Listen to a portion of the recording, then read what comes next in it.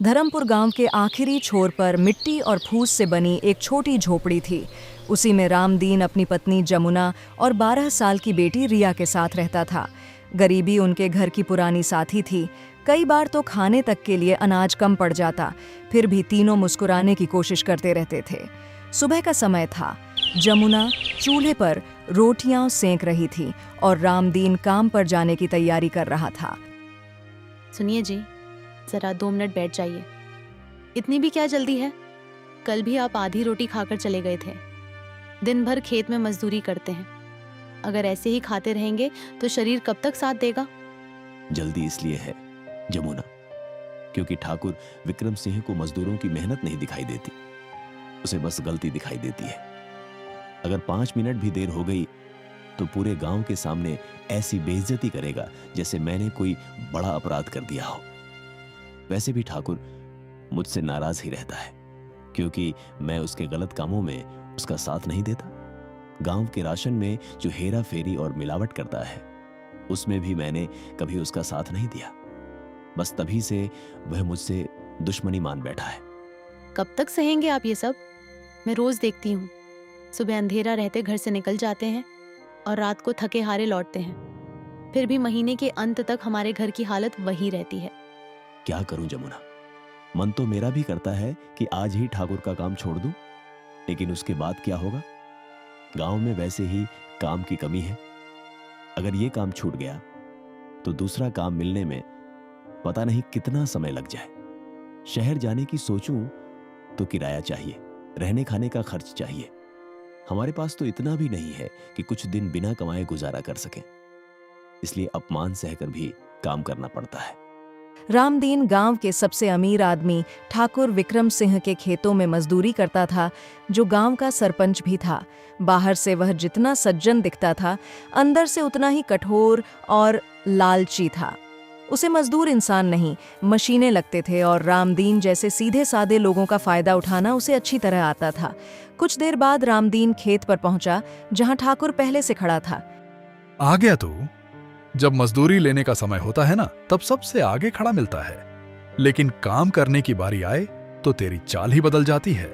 जरा चारों तरफ देख, बाकी मजदूर आधे से ज्यादा अनाज काट कर गोदाम में भी रख चुके हैं, और एक तू है जो अब आराम से टहलता हुआ चला आ रहा है। ऐसे काम करेगा तो शाम तक तुझसे एक कोना भी नहीं निपटेगा। मालिक, मैं तो समय पर ही आया हूं। सुबह सूरज निकलने से पहले ही घर से निकल पड़ा था। रास्ते में थोड़ी कीचड़ थी, इसलिए आने में थोड़ा समय लग गया, लेकिन काम में मैंने कभी कोताही नहीं की है मालिक। मुझसे जुबान लड़ाएगा तू? मैं जो कह रहा हूं वही सच है। ज्यादा सफाई देने की जरूरत नहीं है। काम करने आया है तो काम कर, नहीं तो घर चला जा। माफ कर दीजिए मालिक, मेरा वो मतलब बिल्कुल नहीं था। मैं आपकी बात काटने की कोशिश नहीं कर रहा था। अगर मेरी किसी बात से आपको बुरा लगा हो तो उसे मेरी गलती समझकर माफ कर दीजिए। फिर बहस करने लगा? जा काम कर, अब समय बर्बाद मत कर। अभी गोदाम की साफ सफाई भी तुझे ही करनी है। आज बाकी मजदूरी का काम कम है, उन्होंने अपना काम कर दिया है। चल अब लग जा काम पर। रामदीन चुपचाप काम में लग गया। धूप बढ़ती जा रही थी, उसके हाथ थक गए थे, लेकिन वह बिना रुके काम करता रहा। अरे रामदीन, हाथ जरा तेज चलाओ, अभी और भी बहुत काम बाकी है। कितनी बार कहा है कि मेरे साथ रहोगे तो कभी तंगी नहीं होगी। बाकी मजदूरों की तरह थोड़ा समझदारी से काम लो। बढ़िया अनाज हम शहर में अच्छे दामों पर बेच देंगे, और जो थोड़ा खराब या घटिया अनाज है उसे गांव में बांट देंगे। गांव वालों को क्या पता चलेगा कि गोदाम में क्या आया था और क्या गया। बाकी मजदूरों को देखो कैसे मेरा साथ देते हैं। थोड़ा कम काम करते हैं और मजदूरी ज्यादा ले जाते हैं। उनका भी फायदा होता है और मेरा भी। लेकिन नहीं, तुम्हें तो बड़ा ईमानदार बनना है। खैर, तुम्हारी मर्जी। अब जल्दी जल्दी काम निपटाओ, मुझे अभी गोदाम का हिसाब भी देखना है। और हाँ, देर मत करना। रामदीन ने ठाकुर विक्रम सिंह की बातों का कोई जवाब नहीं दिया। वह चुपचाप अपना काम करता रहा। उसने खेत का काम निपटाया, फिर गोदाम का काम भी पूरा किया। शाम होते ही वह थके कदमों से अपने घर की ओर चल पड़ा। रात हो चुकी थी। रामदीन अपनी पत्नी जमुना और बेटी के साथ झोपड़ी के अंदर बैठा था। तभी तेज बारिश शुरू हो गई।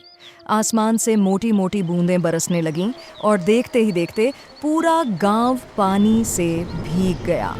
कच्ची गलियों में पानी भरने लगा, पेड़ों से बूंदें टपकने लगीं और चारों ओर सिर्फ बारिश की आवाज गूंजने लगी। ठंडी हवा के साथ लगातार होती बारिश ने मौसम को और भी सर्द बना दिया। देखिए ना जी, बाहर बारिश शुरू हो गई है। बादल कितने जोर जोर से गरज रहे हैं। ये मौसम भी ना, कभी धूप तो कभी बारिश। हमारी झोपड़ी भी बहुत कमज़ोर है, कहीं छत से पानी टपकना शुरू ना हो जाए। कुछ ना कुछ तो करना पड़ेगा, नहीं तो रात भर बड़ी मुश्किल हो जाएगी। हाँ जमुना, मौसम का कोई भरोसा नहीं है। अगर इस बार मजदूरी की अच्छी रकम मिल गई तो सबसे पहले मैं हमारी झोपड़ी की छत पक्की करवा दूंगा। मैंने अपना काम भी पूरी मेहनत और ईमानदारी से किया है, इसलिए उम्मीद है कि मजदूरी ठीक ठाक मिल जाएगी। तुम ज्यादा परेशान मत हो, सब ठीक हो जाएगा। बाबा देखो ना, मैंने फिर से पूरी कहानी याद कर ली। कल रात से कितनी बार दोहरा चुकी हूँ, अब तो मुझे पूरा का पूरा याद हो गया है। अरे वाह, मेरी बिटिया तो सच में बड़ी होशियार होती जा रही है। तेरी बातें सुनकर लगता है कि हमारी मेहनत बेकार नहीं जा रही। बाबा मैं भी स्कूल जाऊंगी ना। बाबा, गांव की सारी लड़कियां स्कूल जाती हैं, उनके पास बस्ता है, किताबें हैं। मैं भी पढ़ना चाहती हूँ, मैं भी बड़ी होकर कुछ बनना चाहती हूँ। और तू बनेगी भी बेटी, जरूर बनेगी। ये तेरे बाबा का वादा है। मैं भले ज्यादा पढ़ा लिखा नहीं हूँ, लेकिन इतना जरूर जानता हूँ कि पढ़ाई इंसान की किस्मत बदल सकती है। चाहे मुझे सुबह से रात तक मेहनत करनी पड़े, चाहे अपने लिए कुछ भी न खरीद पाऊं, लेकिन तेरी पढ़ाई कभी नहीं रुकने दूंगा। सुन रामदीन, ये पूरा खेत आज शाम से पहले साफ होना चाहिए। मुझे कोई बहाना नहीं सुनना। अगर एक भी कोना बाकी मिला ना, तो आज की मजदूरी तो भूल ही जा, कल से काम भी बंद समझ। मालिक, खेत बहुत बड़ा है, ये बात सही है, लेकिन मैं पूरी मेहनत करूंगा। सुबह से लगा हूं और शाम तक लगा रहूंगा। मेरी तरफ से कोई कमी नहीं रहेगी, बाकी जैसा आप ठीक समझे। कोशिश वोशिश मुझे नहीं सुननी, मुझे सिर्फ काम पूरा दिखना चाहिए। अब खड़ा खड़ा मेरा मुंह क्या देख रहा है? जा लग जा काम पर, और शाम तक नतीजा चाहिए मुझे। दिन बीतते गए, ठाकुर का अत्याचार बढ़ता गया। कभी वह रामदीन की दिहाड़ी काट लेता, कभी कोई झूठा बहाना बनाकर पैसे रोक लेता, लेकिन रामदीन सब कुछ सहता रहा, क्योंकि उसके सामने उसकी बेटी के सपने थे। मालिक, आपने बाकी मजदूरों को 2000 रुपये की दिहाड़ी दी, लेकिन मुझे सिर्फ 200 रुपये मिले, जबकि मैंने अपना पूरा काम किया। यहां तक कि दूसरे लोगों के छोड़े हुए काम भी पूरे किए। फिर मुझे इतनी कम मजदूरी क्यों मिली मालिक? कृपया मेरी दिहाड़ी थोड़ा बढ़ा दीजिए। मुझे अपनी बेटी का स्कूल में दाखिला भी करवाना है। जितना दिया है उतना ही काफी है रामदीन।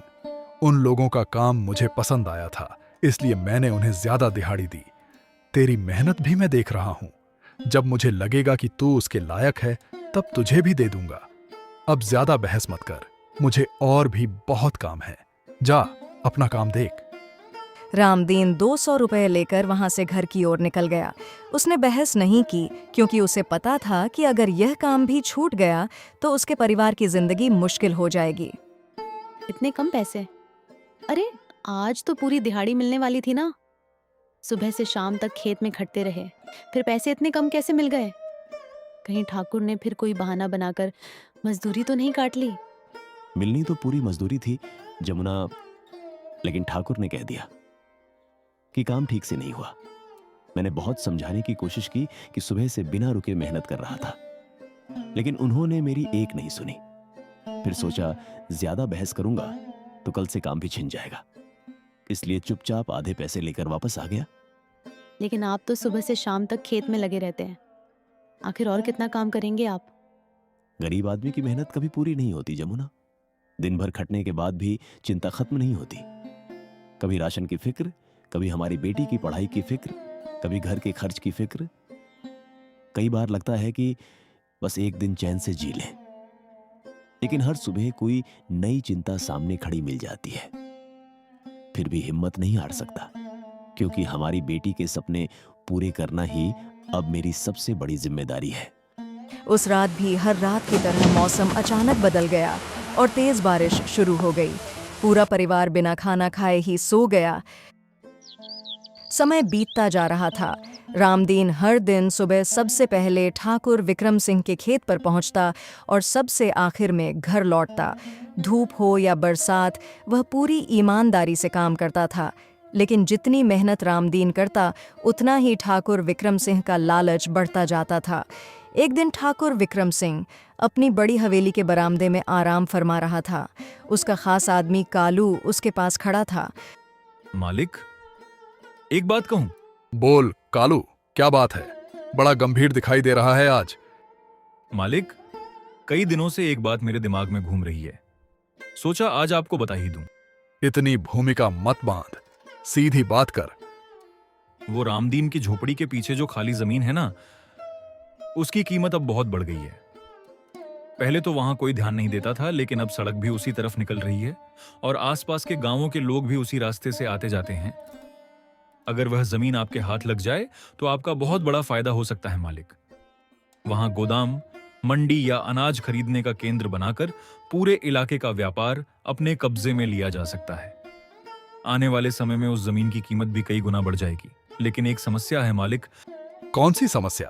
अरे पहेलियां मत बुझा कालू, जो कहना है साफ साफ कह, बात घुमाने की आदत छोड़ दे।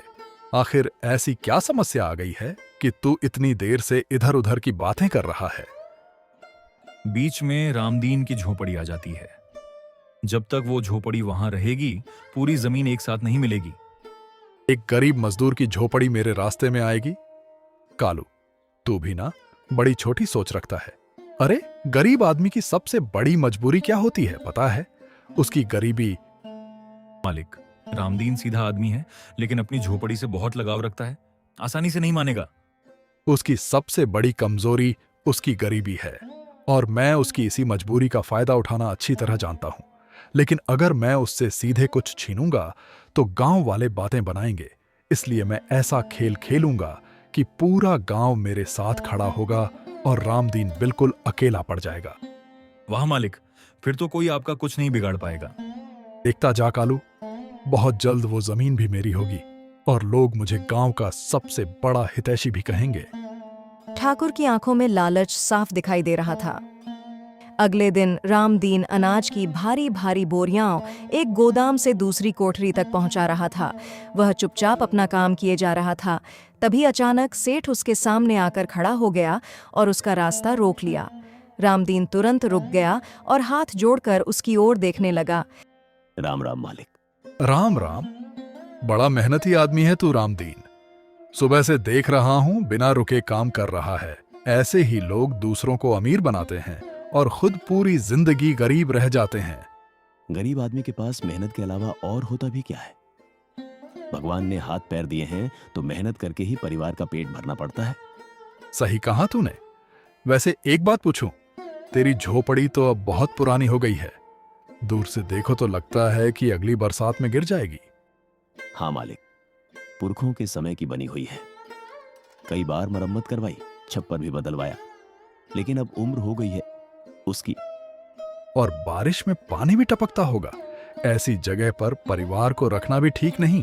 कभी सोचा नहीं कि कहीं और नया घर बना ले? कहीं और? लेकिन मालिक हम जाएंगे कहां? हमारे पास तो दूसरी कोई जमीन भी नहीं है। मालिक, वो झोपड़ी छोटी जरूर है, लेकिन वही हमारा घर है। वहीं मेरी बेटी बड़ी हो रही है, वहीं मेरे माँ बाप की यादें हैं। अरे मैं तो बस सलाह दे रहा हूं। आदमी को समय के साथ बदलना चाहिए। पुरानी चीजों से इतना मोह भी अच्छा नहीं होता। सही कह रहे हैं मालिक, लेकिन गरीब आदमी के पास यादों और अपने घर के अलावा होता भी क्या है? अगर वही छिन जाए तो उसके पास बचता क्या है? इसलिए मैं उसे कहीं और बिल्कुल नहीं ले जाऊंगा। रामदीन सेठ की चाल को समझ नहीं पाया और उसने उसकी बातों पर ज्यादा ध्यान भी नहीं दिया। वह फिर से अपने काम में लग गया। उसे बिल्कुल अंदाजा नहीं था कि सेठ के मन में क्या चल रहा है और वह आगे कौन सी नई चाल चलने वाला है। कालू सुन, मैंने रामदीन से बात की थी। मैंने सोचा था कि प्यार से समझाऊंगा तो शायद वह अपनी झोपड़ी वाली जमीन मुझे दे देगा, लेकिन वह तो इस बारे में बात तक करने को तैयार नहीं है। अब जब घी सीधी उंगली से नहीं निकलता तो उंगली टेढ़ी करनी पड़ती है। कल पंचायत बुलवाओ। अगले दिन सरपंच विक्रम सिंह ने पंचायत बुला ली। वहां गांव के कई लोग मौजूद थे और रामदीन भी वहां था। देखो गांव वालों, मैंने तुम सबकी भलाई के लिए एक योजना बनाई है। अब तुम्हें सब्जियां खरीदने के लिए दूर दूर नहीं जाना पड़ेगा और न ही एक गांव से दूसरे गांव भटकना पड़ेगा। यहाँ गोदाम, मंडी और अनाज खरीद केंद्र बनाकर पूरे इलाके का व्यापार यहीं से चलाया जा सकेगा। लेकिन इसके लिए मुझे सबसे अच्छी जगह चुननी थी और मैंने वह जगह चुन भी ली है। कौन सी जगह सेठ जी? बताइए। आपने हमेशा गांव के लिए इतना कुछ किया है, हम आपका पूरा सहयोग करेंगे। हाँ सेठ जी, बताइए। गांव के विकास और भलाई के लिए हम हमेशा आपके साथ हैं। अगर आपका काम गांव के हित में है तो हम लोग आपका पूरा समर्थन करेंगे। वह जमीन रामदीन की झोपड़ी के पीछे वाली है। उस जगह तक सीधा रास्ता जाता है, लेकिन एक समस्या है। उस जमीन के बीच में रामदीन की झोपड़ी आ रही है, जिससे गांव का विकास रुक रहा है। मैंने इसे समझाने की कोशिश की, लेकिन इसने साफ मना कर दिया। सेठ जी, वह मेरे पुरखों की झोपड़ी है। वहीं मेरी बेटी ने खेलना सीखा है। वह मेरे पिताजी की निशानी है। मेरे पिता ने अपने हाथों से उसे बनाया था और तब से मैं उसकी देखभाल कर रहा हूं। तेरी एक जिद की वजह से पूरे गांव का विकास रुक रहा है।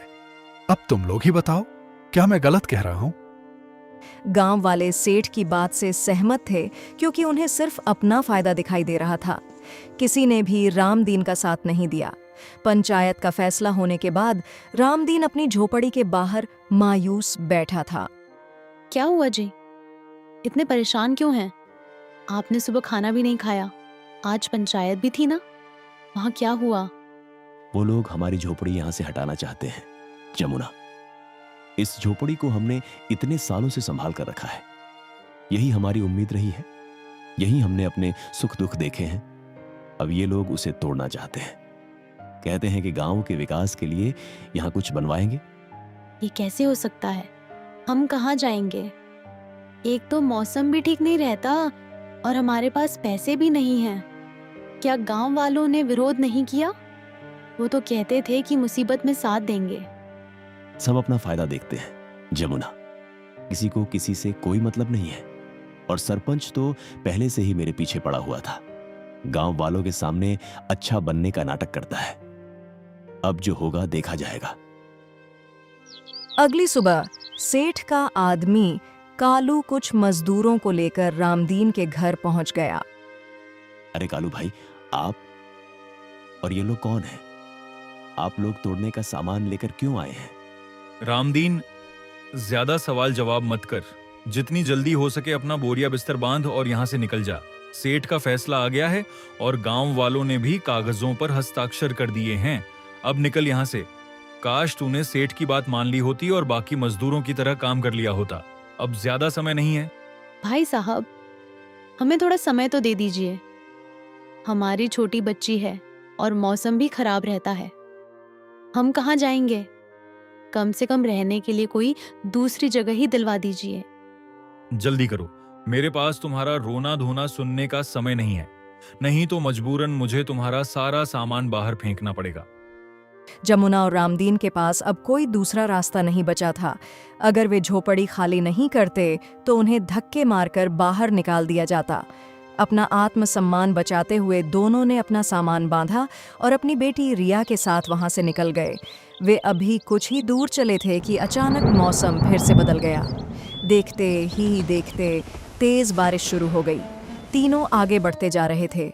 बारिश लगातार तेज होती जा रही थी। सुनिए जी, यहीं रुक जाते हैं। बारिश और तेज होती जा रही है।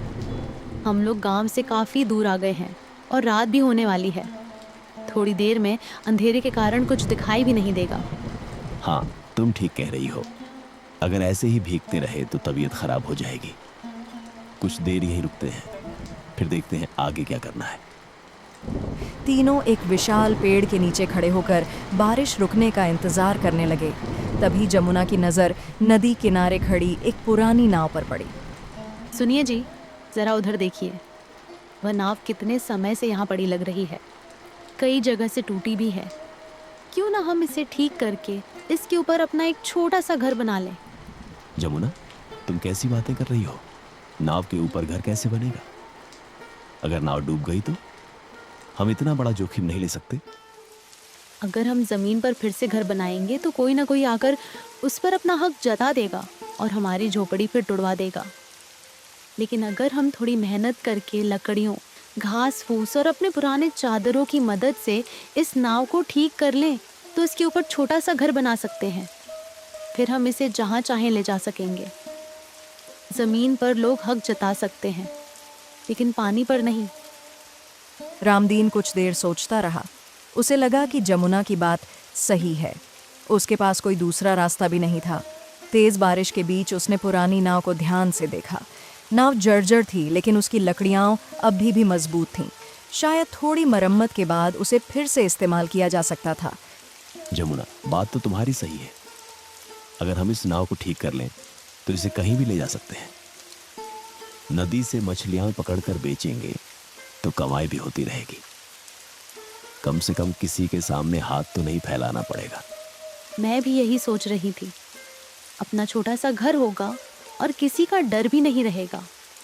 बस भगवान करे कल तक बारिश रुक जाए, फिर सुबह से ही हम इस नाव को ठीक करने का काम शुरू कर देंगे।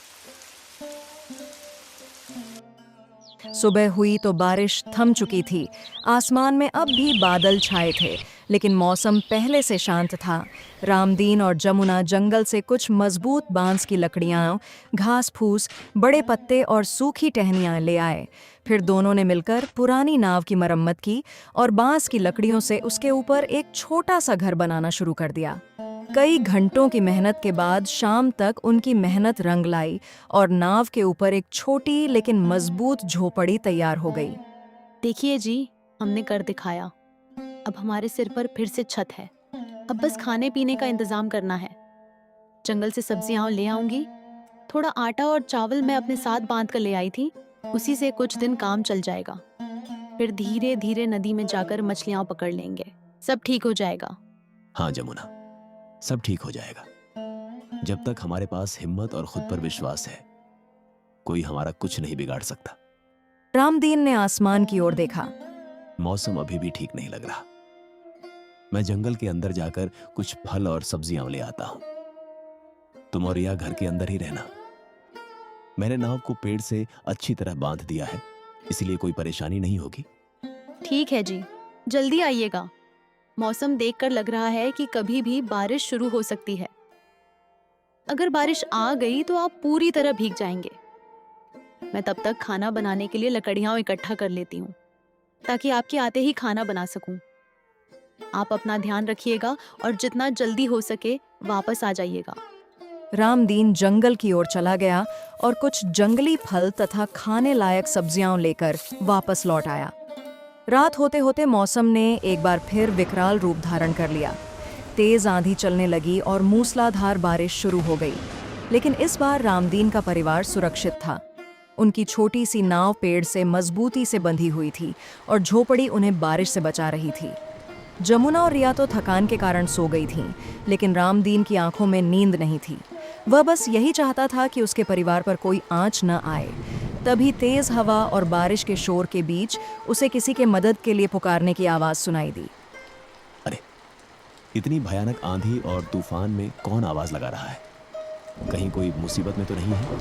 मुझे जाकर देखना होगा। रामदीन तुरंत झोपड़ी से बाहर निकला और आवाज की दिशा में जंगल की ओर बढ़ने लगा। कुछ दूर जाने पर उसे एक आदमी और एक औरत दिखाई दिए। दोनों एक पेड़ के नीचे भीग रहे थे। उनके कपड़े कीचड़ से सने हुए थे और वे बेहद घबराए हुए लग रहे थे। अरे, आप लोग कौन हैं? और इस भयानक मौसम में यहाँ क्या कर रहे हैं? भैया, हमें तो उम्मीद ही नहीं थी कि इस घने जंगल में कोई इंसान मिलेगा। हम शहर से एक शादी में शामिल होकर लौट रहे थे। तभी हमारी गाड़ी का ब्रेक फेल हो गया। गाड़ी खाई में गिर गई। भगवान का शुक्र है कि हम समय रहते कूद गए, नहीं तो आज जिंदा नहीं होते। हाँ, तब से हम दोनों इधर उधर भटक रहे हैं। हमें समझ नहीं आ रहा कि क्या करें। चारों तरफ अंधेरा है, ऊपर से ये भयानक बारिश और तूफान। अरे बाप रे, आप लोग तुरंत मेरे घर चलिए। यहाँ और देर रुके तो आपकी तबीयत खराब हो जाएगी। भैया, आपका घर यहाँ कहाँ होगा? और अब मुझ में चलने की भी ताकत नहीं बची है। नहीं बहन जी, मेरा घर यहीं पास में है। एक नाव पर बनी छोटी सी झोपड़ी है। बड़ी नहीं है लेकिन सुरक्षित जरूर है। आइए जल्दी चलिए। रामदीन दोनों को अपने साथ लेकर नाव वाली झोपड़ी तक पहुंच गया। दरवाजे की आहट सुनकर जमुना की भी आंख खुल गई। अरे, ये लोग कौन हैं? इनकी हालत तो बहुत खराब लग रही है। मैं अभी चाय बनाती हूँ। इन्हें ठंड भी लग रही होगी। आप इन्हें कंबल दे दीजिए। हाँ जमुना, ये हमारे मेहमान हैं। जल्दी से चाय बना दो और एक दो चादर भी दे दो। बारिश में भीगने के कारण इन्हें बहुत ठंड लग रही होगी। चाय पीने के बाद सभी ने थोड़ा भोजन किया और फिर आराम करने लगे। रामदीन और जमुना के मन में संतोष था कि मुसीबत के समय वे किसी के काम आ सके। अगली सुबह मौसम काफी साफ था। बादल छंट चुके थे और हल्की धूप निकल आई थी। वह आदमी उठकर रामदीन के पास आया। रामदीन, तुम्हें शायद अंदाजा नहीं है कि तुमने हमारी मदद करके कितना बड़ा उपकार किया है। आजकल लोग अपनों का साथ छोड़ देते हैं, लेकिन तुमने हमें बिना जाने समझे अपने घर में जगह दी। साहब, मैंने तो सिर्फ इंसानियत का फर्ज निभाया है। भाई रामदीन, तुम्हारा यह नाव वाला घर सच में बहुत अनोखा है। कल रात कब मेरी आंख लग गई पता ही नहीं चला। सुबह नदी की लहरों की मधुर आवाज और चारों तरफ फैली शांति ने जो सुकून दिया, वह मुझे किसी बड़े से बड़े होटल में भी नहीं मिला। मैं समझा नहीं, आप किस बारे में बात कर रहे हैं? दरअसल मैं शहर में कई होटलों और फार्म हाउसों का मालिक हूँ, लेकिन आजकल लोगों को कुछ नया और अलग अनुभव चाहिए। तुम्हारी इस नाव पर बनी झोपड़ी को देखकर मुझे एक नया बिजनेस आइडिया मिला है। मैं फ्लोटिंग कॉटेज और फ्लोटिंग होटल बनाना चाहता हूँ, जहाँ लोग प्रकृति के बीच रहकर शांति का अनुभव कर सके। लेकिन मालिक, इसमें मेरा क्या काम होगा? तुम मेरे साथ काम करोगे। यह विचार मुझे तुम्हारे घर से मिला है, इसीलिए मैं चाहता हूं कि तुम इस परियोजना में मेरे साथ रहो। तुम्हें अपने सुझाव देने होंगे और उसके बदले तुम्हें अच्छा पैसा मिलेगा। इसमें 50,000 रुपये हैं। इसे अग्रिम राशि समझो। और हाँ, यह सिर्फ काम के लिए नहीं है। तुमने कल रात हमारी जान बचाई थी। मैं तुम्हारा एहसान कभी नहीं भूल सकता। शुक्र है कि ये पैसे मैंने अपनी जेब में रखे हुए थे। बाकी सारा सामान तो गाड़ी के अंदर था, जो पानी में बह गया। रामदीन कुछ क्षणों तक स्तब्ध खड़ा रहा। उसने अपनी पूरी जिंदगी में कभी एक साथ इतने पैसे नहीं देखे थे। उसे यकीन ही नहीं हो रहा था कि एक छोटी सी मदद और नाव पर बने साधारण घर की वजह से उसकी जिंदगी इतनी बड़ी करवट लेने वाली है। कुछ देर बाद वह मेहमान वहां से चले गए। रामदीन ने खुशी खुशी सारी बात जमुना को बताई। जमुना, तुम्हें पता है, कल रात हमारे घर में जिन लोगों को हमने शरण दी थी, वे शहर के बड़े बड़े होटलों के मालिक हैं। उन्हें हमारा नाव वाला घर इतना पसंद आया कि वे इसी तरह के फ्लोटिंग होटल बनाना चाहते हैं। उन्होंने मुझे अपने साथ काम करने का प्रस्ताव दिया है और 50,000 रुपये अग्रिम भी दिए हैं। मुझे तो अब भी विश्वास नहीं हो रहा। देखा जी, मैंने कहा था ना कि ईमानदारी और अच्छे दिल का फल देर से सही, लेकिन मिलता जरूर है। इसलिए इंसान को किसी भी परिस्थिति में हिम्मत नहीं हारनी चाहिए। भगवान सबका हिसाब सही समय पर करता है। रामदीन उस व्यवसाय में काम करने लगा। उसके सुझावों से फ्लोटिंग कॉटेज और होटल काफी लोकप्रिय हो गए। उसकी मेहनत से आमदनी और सम्मान दोनों बढ़ने लगे। कुछ वर्षों में उसने अच्छी बचत कर ली और गांव के आखिरी छोर पर जमीन खरीदकर एक पक्का घर बनवा लिया। वाह, इतना बड़ा और सुंदर घर! मैं तो हमेशा अपने सपनों में ऐसे ही घर की कल्पना करती थी। यह सच में बहुत खूबसूरत है और अब मैं स्कूल भी जा सकूंगी। मैं आज बहुत खुश हूँ। उधर सेठ का लालच बढ़ता गया। वह विकास के नाम पर जमीनें हड़पने और मजदूरों का शोषण करने लगा, जिससे कई परिवार गरीबी में डूब गए। रामदीन के पास अब पैसा, पहचान और सम्मान सब था, लेकिन अपने गांव और अपने साथ हुए अन्याय का दर्द वह नहीं भूला था। एक शाम वह जमुना के साथ बैठा कुछ सोच रहा था। जमुना, अब भगवान की कृपा से हमारे पास पैसा भी है, पहचान भी है और प्रभाव भी है। अब समय आ गया है कि मैं इन सब का इस्तेमाल किसी अच्छे काम के लिए करूं। आप कहना क्या चाहते हैं? मैं आपकी बात ठीक से समझ नहीं पाई, जरा साफ साफ बताइए। जब मैं गरीब था तब गलत के खिलाफ आवाज नहीं उठा पाया। गरीबी और मजबूरी ने मेरा मुंह बंद कर रखा था, लेकिन अब मैं किसी और गरीब को वही दर्द नहीं सहने दूंगा जो मैंने सहा था। तो अब आप क्या करने वाले हैं? क्या आपने आगे के लिए कुछ सोच लिया है? अब सेठ के झूठ और लालच का अंत होगा। बेचारे गांव वाले भी मजबूरी और गरीबी की वजह से उसका अत्याचार सह रहे हैं। उन्हें सच का पता चलना चाहिए। अगले ही दिन रामदीन ने सेठ के खिलाफ सारे सबूत प्रशासन को सौंप दिए। जांच में पता चला कि सेठ घटिया अनाज बांटकर और विकास के नाम पर लोगों को लूट रहा था। सबूत सही मिलने पर पुलिस ने उसे गिरफ्तार कर लिया। उसकी गिरफ्तारी के बाद पूरे गांव की आंखें खुल गईं और सभी को अपनी गलती का एहसास होने लगा। कुछ गांव वाले रामदीन के पास आए। रामदीन, हमें माफ कर दो, हमने तुम्हारा साथ नहीं दिया। अगर उस दिन हम सब एकजुट होकर तुम्हारे साथ खड़े हो जाते तो शायद ये दिन कभी नहीं देखना पड़ता। हम भी क्या करते भाई? गरीबी ने हमारा मुंह बंद कर रखा था। हमें सेठ ही अपना मसीहा लगता था। उसी के भरोसे अपने परिवार का पेट पलता था, इसलिए उसके खिलाफ बोलने की हिम्मत नहीं जुटा पाए। कोई बात नहीं भाइयों, मैं तुम लोगों की मजबूरी समझ सकता हूं। कई बार जिसके पास हिम्मत होती है उसके पास साधन नहीं होते, और जिसके पास साधन होते हैं वह आवाज नहीं उठा पाता। लेकिन अब समय बदल चुका है। अब किसी को मजबूरी में अन्याय नहीं सहना पड़ेगा। जिसे भी काम चाहिए मैं उसे काम दूंगा। हम सब मिलकर मेहनत करेंगे और अपने गांव को आगे बढ़ाएंगे, ताकि फिर कोई गरीब किसी लालची इंसान का शिकार न बने। रामदीन की बातें सुनकर गांव वालों की आंखें नम हो गईं। उस दिन उन्हें एहसास हुआ कि सच्चा बड़ा इंसान वह नहीं होता जिसके पास सबसे ज्यादा पैसा हो, बल्कि वह होता है जिसके दिल में दूसरों के लिए जगह हो। नमस्ते दोस्तों, मैं हूँ निधि।